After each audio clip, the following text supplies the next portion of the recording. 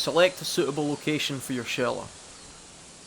Make sure it meets your particular needs. Do you want to be seen or do you not want to be seen? Make sure there's no game trails or well-trodden areas. Look out for landslides, rock falls, avalanches, anything like that. Physically take a look at the ground to see what's there. Make sure you actually touch and check the ground. There's no ant's nest, it's not sodden with water, there's no hidden crevices, nothing like that. Clear sharp sticks and stones out of the way.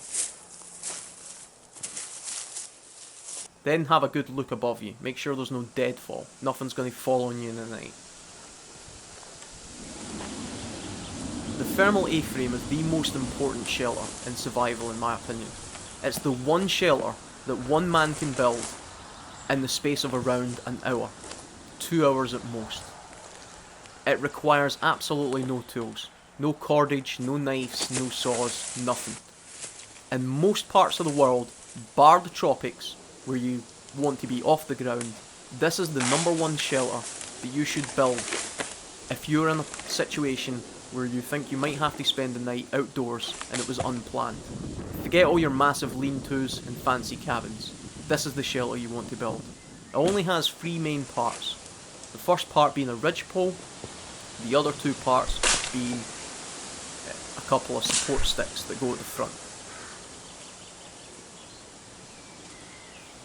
Now when you're selecting your materials, make use of anything you've got around about you.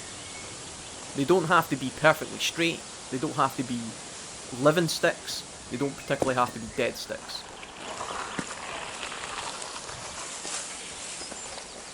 The strength of the shelter will come from its opposing forces when you put it all together. The ridgepole is the largest part of the shelter. Lay it out on your campsite. Physically lie beside it. Make sure it's the correct size. Look at it and envision how the shelter looks in your mind's eye and make sure that it's a suitable place. You're not on a slope or a hill or anything like that.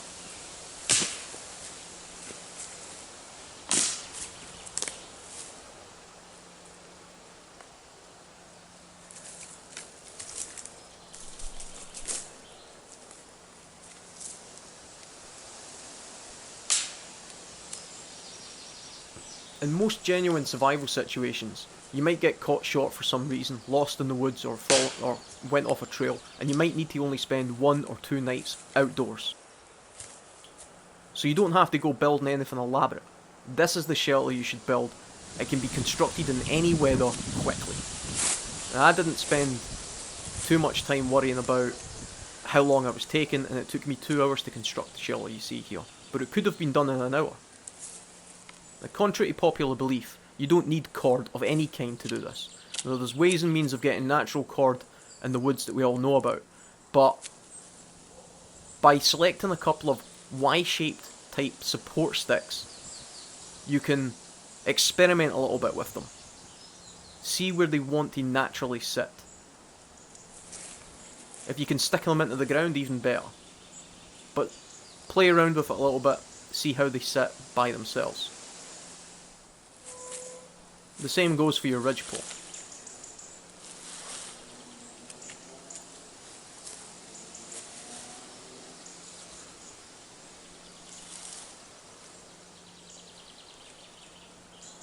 Remember, when it comes to survival, or shelter building, or anything really, there's no absolute right way of doing something. There's only lots of wrong ways of doing something. If you've got an idea in your mind as to what you want, and you achieve that with the least amount of energy and calories expended as possible, with the resources around about you, then you've succeeded. I mean, you can see this ridgepole's not perfectly straight, it's kind of got a bit of an arch to it. So you've got a choice. This is the way that it wants to sort of sit naturally, or you can think of a way to improvise, adapt and overcome by forcing it to sit the way you want it to sit. In this case I decided that arch was just a little bit too low, and I wanted it to sit that sort of curved way, providing a slightly better, more stable shelter, and giving me a little bit more room inside.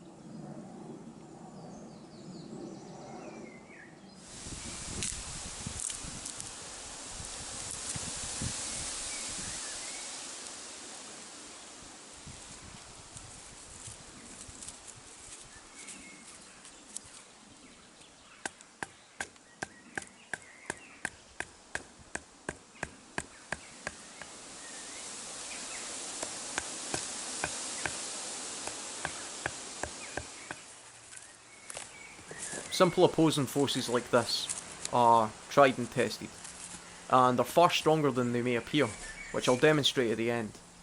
Now, there's no right way of doing this, just lots of wrong ways. You can use a big rock if you've got a big rock, you can stab them into the ground, or if you've got any kind of other material, you can weigh them down in some other way. You can actually get away with not doing this at all.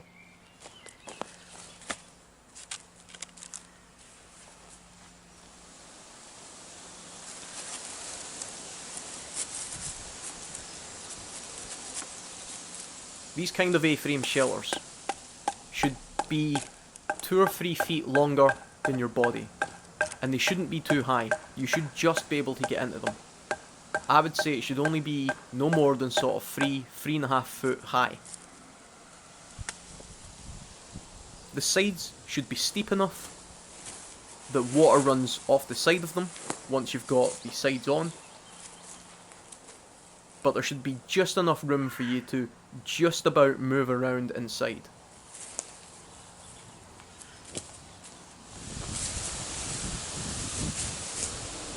You want to think about your bedding before you go building your entire shelter, because although you can put your bedding in at the end, it just makes life a lot easier to think about doing it beforehand. Ferns and other materials like this make excellent bedding. You don't need a knife or anything to collect things like ferns. Just make sure you bend them, snap them, and then pull them up, and that way you'll avoid getting cuts. You should also be wary when you're collecting materials like that of other hazards, such as ticks or snakes or any other kind of sort of spider or anything like that, depending on what country you're in. The better your bed, the better your night's sleep is going to be. Don't skimp on the bed. I'm only doing this as a demonstration purpose, so I'm not going to go all out with the bedding. But ideally you would want to raise this up as much as possible and have a hell of a lot more material than this. The conductivity of the ground can't be underestimated. It will absolutely sap your body heat. If you do have limited resources though, concentrate on the upper part of your body, just like a sort of cut down roll map. The part of your body with all your vital organs and things like that, with the most area exposed to the ground, is where you're going to lose most of your heat. So pay attention to that and then just form the fetus position when you're inside your shelter. The next thing you're going to want to do is sort of get some small sticks to lay along the side of your shelter. A fallen tree like this is ideal. The sticks are easy to collect, I can find them all in the same place.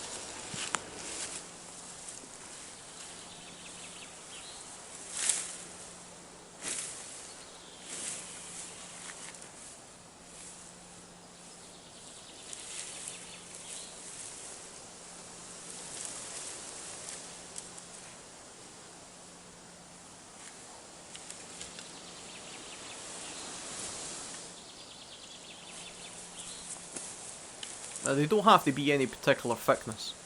I've seen diagrams of people building shelters like this where they have incredibly thick logs. But if you've got incredibly thick logs lying around, then make use of them. But if you don't waste energy trying to hack things like that down. Something sort of just the thickness of a sort of thick pen, or maybe your thumb or something like that, is perfectly adequate for this kind of shelter.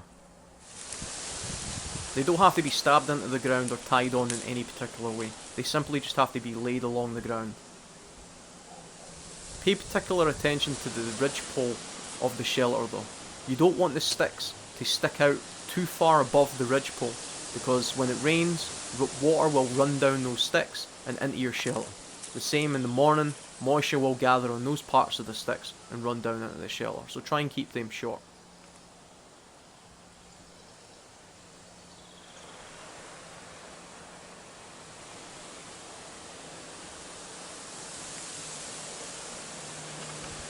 Make use of deadfall. If you can't find sticks to break, see what's lying around. They don't have to be a particular size and shape. They just have to be long enough to lie across the sides of the shelter and relatively straight.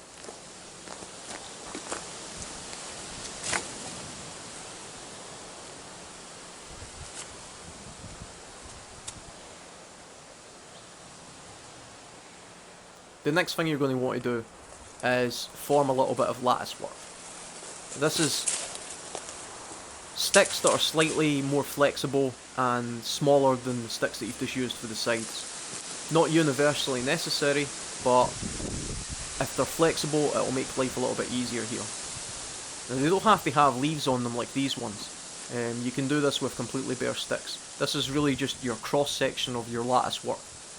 You sort of just like thread it between the sides of the sticks to give it a more solid wall. You don't have to start in any particular place. Top, middle or bottom, front, side, back, doesn't really matter.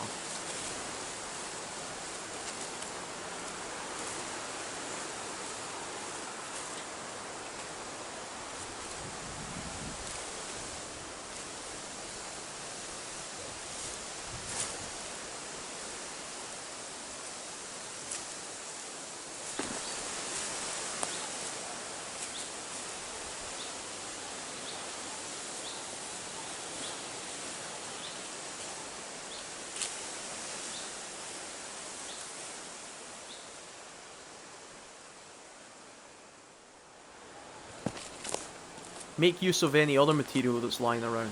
Moss, rubbish, plastic, anything. If it's a survival situation, make use of absolutely everything you can. If you do use moss, however, don't be tempted to lazily sort of use this for your entire shelter. Moss has got a little bit of weight to it, so it's better to put it at the foot of the shelter and along the sides. It also kind of absorbs water and holds moisture, so it's not actually that waterproof, although it does keep the wind and the weather out a little bit.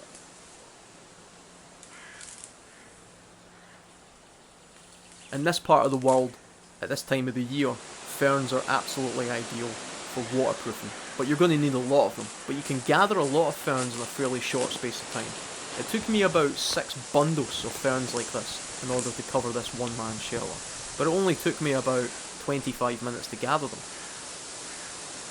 It's absolutely important that you don't just randomly stick these anywhere on the shelter. I've seen so many videos on YouTube of supposed survival experts and courses just throwing them anywhere. Rubbish. Start from the bottom, have them facing all the same way, and work your way up like tiles on a roof. This is the one area that you have to spend a lot of time and attention getting right. You'll know if you've got it wrong, because in a downpour, you're just going to get soaked. If you just stick these leaves in willy-nilly from the top, the middle, bottom, anywhere, the water's just going to pour right down the leaves, right down into the shelter.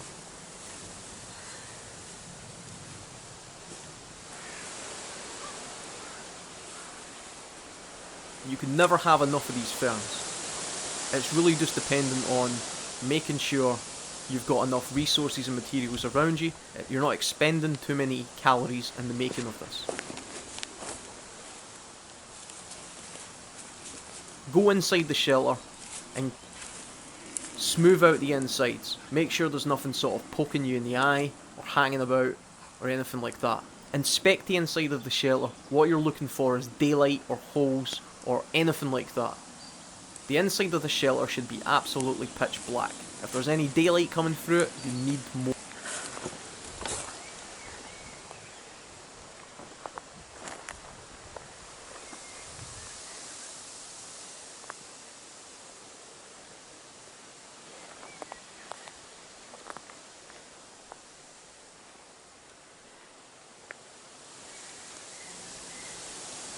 Now, I haven't used any tools, and I didn't use any rope or cordage of any kind.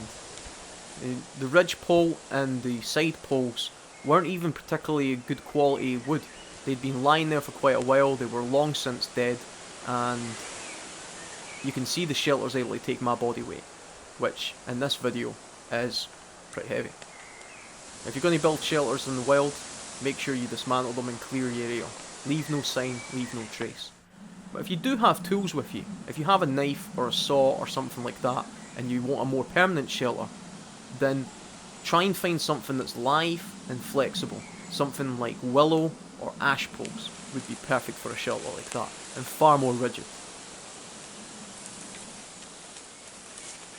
If you're building it in winter months and you don't have ferns, then use leaves, but make sure you start from the bottom and work your way to the top, like thousands of little tiles. And you're going to need 2 or 3 foot of depth to make that waterproof